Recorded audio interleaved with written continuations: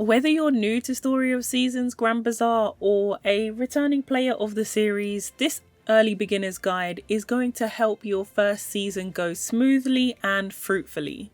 I'm Toxi and I make weekly cozy game videos, so don't forget to subscribe to see more Story of Season videos, as well as helpful guides and tips for all of your favourite cozy games. Since this is my very first Story of Seasons game, I know exactly what it feels like to jump in and be a little unsure of how everything works, so this spoiler-free video is all about making that first season streamline, more fun, just so you know what to expect.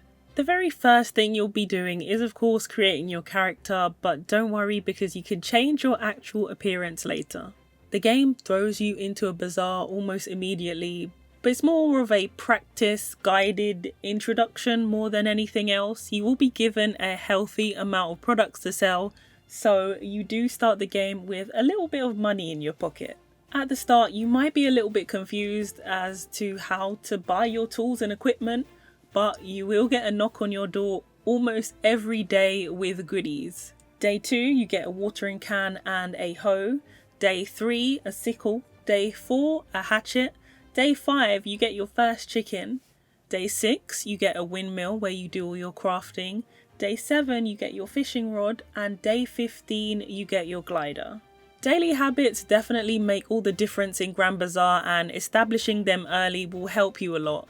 Talking to everyone you pass, even if it's just a quick hello, slowly builds up friendship and points. It is best if you can do the quick hello plus talk to them. And it's nice manners. Foraging everything you see is another key habit, since items on the ground are essentially free money. Flowers are especially useful because they can be used to turn into perfumes at the windmill, which sell for more than selling the flowers raw. You'll always want to be eating every cooked meal that you're given because doing so gives you the recipe, and you can even buy meals at the cafe to expand your recipe list further. Don't forget villagers sometimes hide recipes in their houses too. Often on rainy days they'll be in, so definitely take the opportunity to rummage through their houses.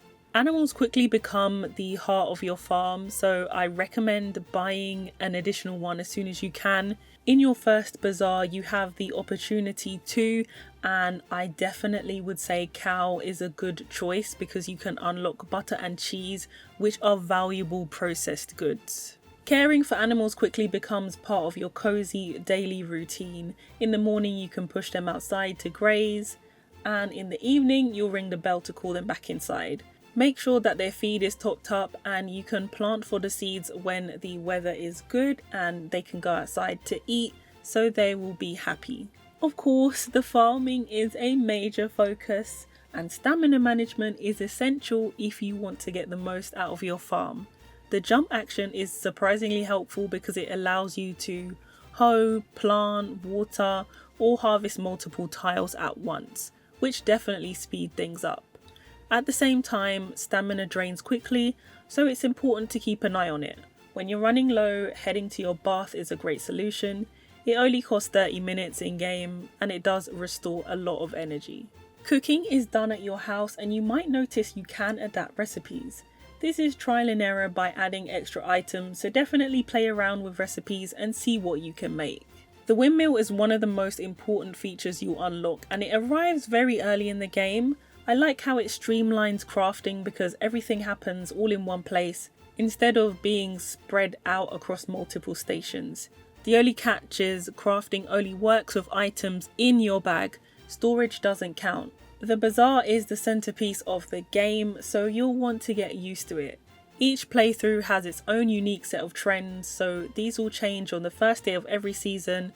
So you might be looking at my trends, don't worry, everyone will have different trends. Following these trends is one of the fastest way to make good money, because you do get a bonus for selling items from your trends. On your first market day, don't feel pressured to manage both the morning and afternoon sessions. Filling your bag and focusing on the morning is more than enough. Another great feature that I won't go too deep into is the Sprite cheer squad. This is also an opportunity to make extra money on your sales. Once you do unlock the Sprites, start giving them gifts whenever you can. In return, they'll boost the quality of your products, which range from half a star up to 5 stars. Higher quality means better prices at the bazaar. While the difference might feel small at first, it does add up over time. Requests and cutscenes are definitely worth keeping up with. You'll get a little notification at the top corner of your screen, and completing requests not only raises your friendship levels, but also unlocks new heart events and small story moments. They break up the routine, and if you ever need to know what to gift a villager, head to the menu and it literally tells you what everyone likes. When it comes to upgrades, the most valuable ones early on are the bag and storage expansions. Each cost 5,000, and while that is a bit of an investment, they do pay off immediately.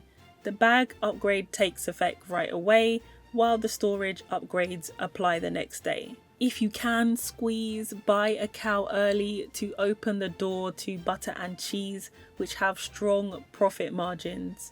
Don't forget the medals that you get as rewards can be sold at the bazaar for nice cash. If there are 3 things you take away from this video, it's process your items into goods with a focus on your trends, buy a cow as soon as you can, and talk to everyone daily. So far I have found the game so enjoyable and very approachable, especially for me being a new player of the series, and I can't wait to keep sharing tips as I continue playing. If you like this video, I've also made a 14 things I wish I knew sooner tips video for Grand Bazaar that's packed with some tips to help your playthrough even smoother, so definitely check that out next. And of course, if you enjoyed this video and want to see more cozy game guides, don't forget to subscribe. I hope you have an awesome week ahead. Take care, bye!